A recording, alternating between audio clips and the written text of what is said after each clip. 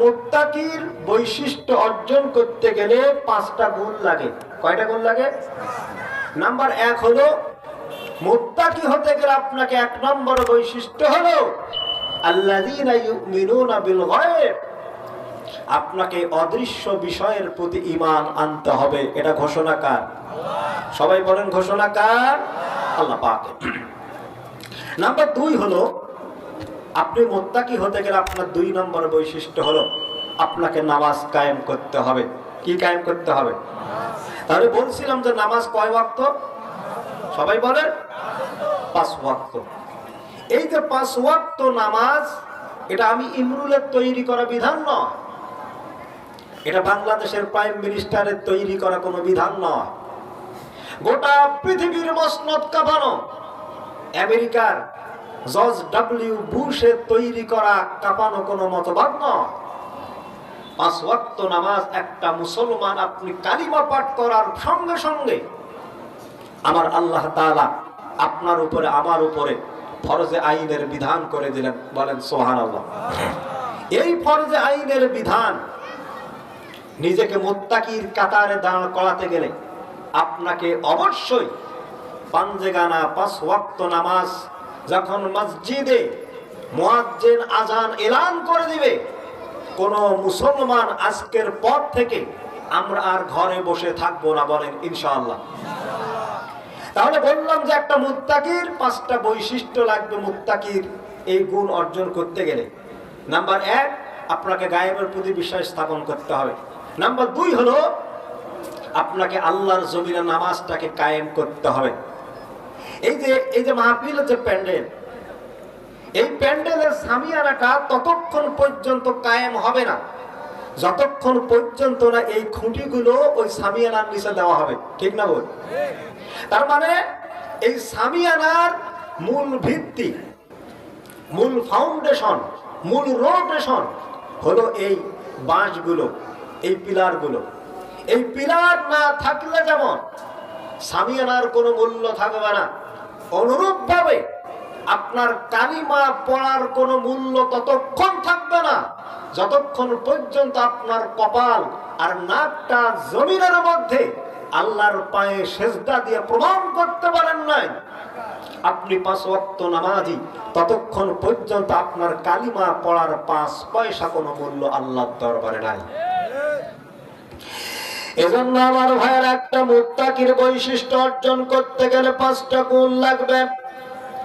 Number 1 হলো যেই মানুষটা নিজেকে মুত্তাকি দাবি করে, নিজেকে তাকওয়াবান দাবি করবে, নিজেকে আল্লাহ ভীরু দাবি করবে, আল্লাহ রাব্বুল আলামিন বলেন তাকে সর্বপ্রথম আগে গায়েবের প্রতি ঈমান আনতে হবে।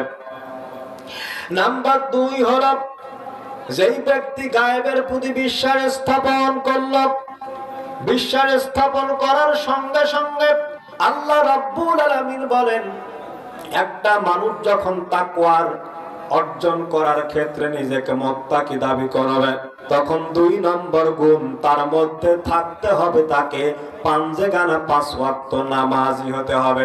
কি হতে হবে? আল্লাহ রাব্বুল আলামিন এখানে বললেন যে একটা মানুষ নামাজ শুধু পড়লেই হবে না, নামাজটাকে জান্নাত পাওয়ার আশায় পড়তে হবে। এই যে আমরা এখানে যারা আছি, একটা মানুষ যদি বেনামাজি হয়, 1 ওয়াক্ত নামাজ পড়ে না, ওকে খালি যদি বলা যায় যে কিয়ামতে আল্লাহ পাক তোকে জাহান্নাম দিবে, আপনার নাক মনে হয় থাকবে না। কারণ জাহান্নাম এমন একটা ভয়াবহ জায়গা যেটার কথা কাফের, মুশরিক, বেঈমান যারা আল্লাহকে বিশ্বাস করে না তারা শুনলেও তাদের বুকটা একটু ধড়ফড় করে ওঠে। ঠিক কিনা বলে? আর যে মানুষগুলো নামাজ পড়ে না, দেখবেন যে তারাই সবচেয়ে বেশি ঈমানের দাবি করে। তাদেরকে যদি বলা আপনি নামাজ পড়েন না, নামাজ পড়েন, তখন আপনাকে উল্টে প্রশ্ন করে বলে তুই নামাজ পড়লেও যা, তোর চাইতে ঈমান আমাদের বেশি আছে। আপনার বুকের নাম, আপনার নাম, আপনি শিল্পপতি, আপনি কোটিপতি, এর নাম কিন্তু নামাজি হতে পারে না। বরং কিয়ামতের ময়দানে প্রথম প্রশ্নের জবাব নামাজের যদি আপনি দিতে না পারেন, ও মুসলমানেরা কান খুলে শুনে রাখেন, আজকের পর থেকে আমরা আর নামাজ ছাড়বো না, এ ওয়াদা কি আমরা করতে পারি না? এ ওয়াদা কি আমরা করতে পারি না? নামাজ হলো এমন একটা মাধ্যম, এমন একটা পন্থা, এমন একটা পদ্ধতি, নামাজের মধ্যে যদি কোনো মানুষ আসে, আমার আল্লাহ বলেন মুত্তাকির সঙ্গে সঙ্গে ওই মানুষটার গোটা চরিত্রটাকে আমি আল্লাহ রাব্বুল আলামিন পরিবর্তন করে দিয়ে দেব। সুবহানাল্লাহ। এজন্য আমার ভাইয়ের মুত্তাকি 2 নম্বর বৈশিষ্ট্য হলো আল্লাহ রাব্বুল আলামিন বলেন একটা মানুষ যখন মুত্তাকির গুণ অর্জন করতে চাইবে তখন তাকে আল্লাহর জমিনে প্রমাণ করে দিতে হবে আমি 5 ওয়াক্ত নামাজি। বলেন সুবহানাল্লাহ। আর এই নামাজটা পড়তে হবে জান্নাত পাওয়ার আশায়, জাহান্নামের জন্য নয়। আল্লাহর নবী বলেন এই দুনিয়াতে এমন কিছু নামাজি খুঁজে পাওয়া যায় যার নামাজ তাকে অভিশাপ দেয়, যার নামাজ তাকে ইকামত দ্বীনের বিরুদ্ধে কাজ করায়, যার নামাজ চুরি করে, নামাজটা তার ঠিক মতো হয় না। রুকুতে যদি যায় 1 সেকেন্ড থাকে না সামি আল্লাহু লিমান হামিদা বলা শেষ, সামি আল্লাহু লিমান হামিদা বলা এখনো শেষ হয় নাই, সিজদায় গিয়ে ঠুকঠাক করে সিজদা দিয়ে নামাজটা শেষ করলো। আল্লাহর নবীকে প্রশ্ন করা হলো, নবীজি সবচাইতে বড় চোর, বড় ডাকাত কোন ব্যক্তি, আপনি কি আমাদেরকে জানাবেন? সাহাবায়ে কেরামরা আল্লাহর নবীর প্রশ্নের জবাব দিল সবচাইতে বড় চোর হলো যে ব্যক্তি নামাজের মধ্যে চুরি করে। এখন নামাজ চোরের মধ্যে নামাজ চুরি করে, এটা আমার কেমন কথা? আমরা তো সারা জীবন শুনে আসলাম কোন মানুষের বাড়িতে যদি টাকা থাকে, ধন থাকে, সম্পদ থাকে, এইটা যদি কোনো মানুষ চুরি করে তাহলেই তো আমরা তাকে চোর বলি। রাষ্ট্রের এই যে হাজার হাজার কোটি টাকা মানুষ বিদেশে লোপাট করে নিয়ে গেল, আজকে যারা রাষ্ট্রীয় ক্ষমতায় বসেছিল জনগণের টাকা মেরে মেরে যারা বিদেশে বাড়ি করলো, গাড়ি করলো, আমি আমার ভাষায় বলি এরাই হলো 1 নম্বর রাষ্ট্রীয় চোর। এরা হলো রাষ্ট্রীয় চোর, জনগণের সম্পদ লোপাট করে বিদেশে পাচার করে দেয়। আমার আল্লাহ রাব্বুল আলামিন বলেন নামাজটা পড়তে হবে আল্লাহর জান্নাত পাওয়ার জন্য, জাহান্নামের জন্য যদি কোনো মানুষ নামাজ পড়ে। সামনে এই যে ইলেকশনের মৌসুম আসতেছে, দেখবেন যে ব্যক্তি সারা জীবন পশ্চিম পাকা আসার দেয় না, ওর জানাতে সামনের কাতারে জায়গায় পাওয়া যায় না। আছে না এরকম? হ্যাঁ, সারা জীবন 1 ওয়াক্ত নামাজ নাই, সামনে যে ইলেকশনের মৌসুম আসবে দেখবেন সারাগালি মিয়া টুপি মাথায় দিয়ে সামনের কাতারে মনে হয় আজরাইল ফেল। আল্লাহ রাব্বুল আলামিন বান্দাদেরকে বললেন বান্দারা শোনো, মুত্তাকির বৈশিষ্ট্য অর্জন করতে গেলে তোমাকে 5 ওয়াক্ত নামাজ পড়তে হবে।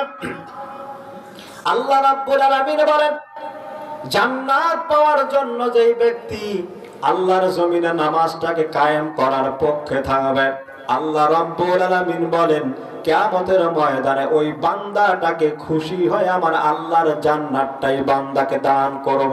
বলেন সুবহানাল্লাহ।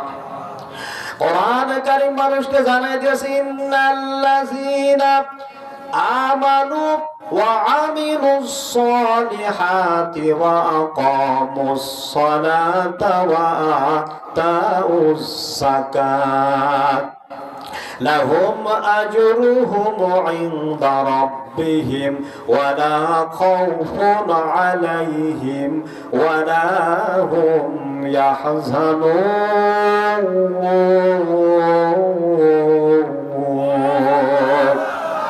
আল্লাহ পাক সূরা বাকারা 277 নম্বর আয়াতে বলেন বান্দারা শোনো, নিশ্চয়ই তারা আল্লাহর প্রতি ঈমান আনয়ন করবে, ওয়া আমিলুস সালিহাত আমালে সালেহ করবে, আর যারা যাকাতটাকে প্রদান করার পর আল্লাহর জমিনে যারা নামাজটাকে কায়েম করার পক্ষে থাকবে, যারা মুত্তাকি হওয়ার জন্য পাঁচগানা 5 ওয়াক্ত নামাজি হবে, মুয়াজ্জিন ফজরের আজান দিল ফজর থেকে শুরু করে ইশা পর্যন্ত যারা নামাজটাকে আদায় করবে, আল্লাহ রাব্বুল আলামিন বলেন কিয়ামতের ময়দানে বান্দাটাকে আল্লাহ রাব্বুল আলামিন তার জান্নাতটাই দান করবেন।